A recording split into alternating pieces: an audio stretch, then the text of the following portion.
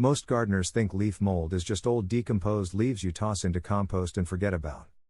That misunderstanding is exactly why they never unlock its real power. Treated that way, it becomes slow, inconsistent, and almost invisible in its impact on soil performance. But when used correctly, leaf mold behaves less like compost and more like a long-term soil ecosystem stabilizer. The mistake here is underestimating what leaf mold actually does underground. Poorly understood or half-finished leaf mold leads to uneven moisture retention, weak microbial activity, and soils that swing between dry and waterlogged. Plants respond to that instability with shallow roots, nutrient stress, and unpredictable growth even when fertilizer is added. Before we go deeper into what leaf mold actually is doing beneath the surface, I want to mention something I use constantly when studying soil behavior in real garden beds. I use a 4-in-1 soil moisture meter that measures moisture levels, pH, temperature, and sunlight intensity. It helps me see whether leaf mold is actually improving soil balance or just sitting there without integrating properly into the system. I'll leave the exact one I use in the description if you want to check it out. It's one of the simplest ways to avoid misreading soil conditions and assuming organic matter is working when it's not. Now here's where most gardening advice gets leaf mold completely wrong. People treat it as a weak compost substitute, but in reality leaf mold is not about feeding plants directly. It is about restructuring how soil holds water, air, and microbial life over time. That distinction changes everything. Leaf mold is primarily a fungal-driven material, not a bacterial one like traditional compost.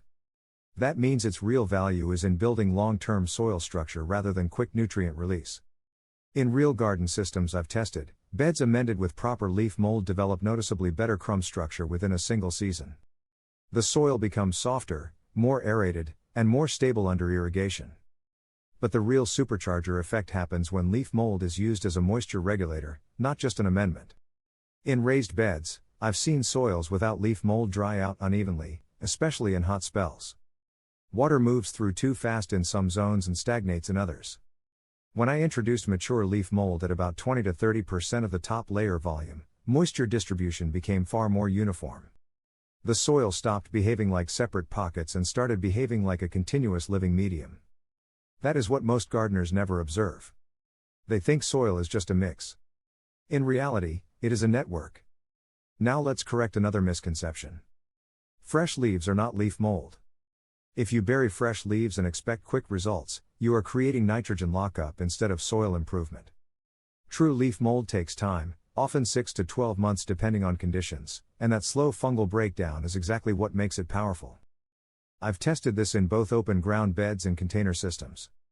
In containers, leaf mold must be used carefully because too much can reduce aeration if it is not balanced with structural materials like coarse compost or cocoa fiber. In open soil systems, however, it integrates beautifully into the soil profile and improves long-term resilience. Here's what changes when leaf mold is actually working correctly. Roots stop fighting the soil and start exploring it. Instead of shallow, reactive root systems that depend heavily on surface watering, plants begin developing deeper, more stable root networks.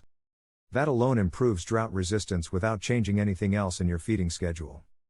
Another overlooked benefit is microbial buffering. Leaf mold supports fungal networks that act like stabilizers in the soil ecosystem. These networks don't just break down organic matter, they regulate how nutrients move through the soil over time. That is why plants in leaf mold-rich beds tend to show fewer sudden deficiency symptoms. Now here's the part most gardeners miss completely. Leaf mold is not a fertilizer replacement.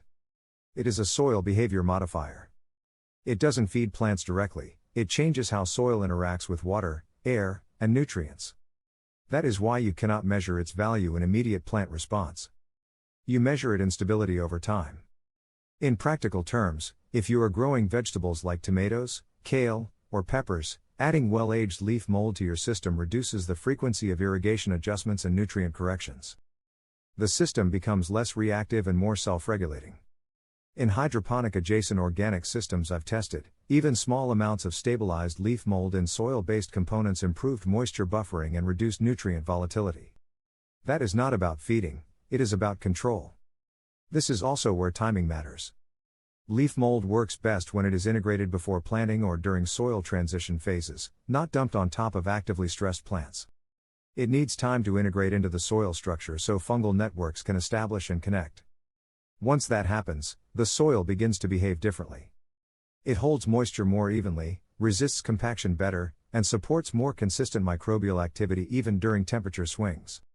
That is the real supercharger effect most gardeners never see because they are looking for fast results instead of structural change.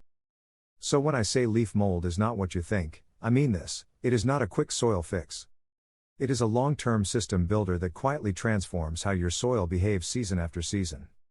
If you understand that, you stop treating soil like something you constantly correct and start treating it like something you gradually design.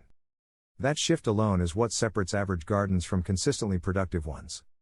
If you found this useful, subscribe to FarmLogic for more real-world soil breakdowns based on actual garden testing and field observation. And share this with someone still treating leaf mold like just another compost ingredient instead of what it really is: a soil structure transformer.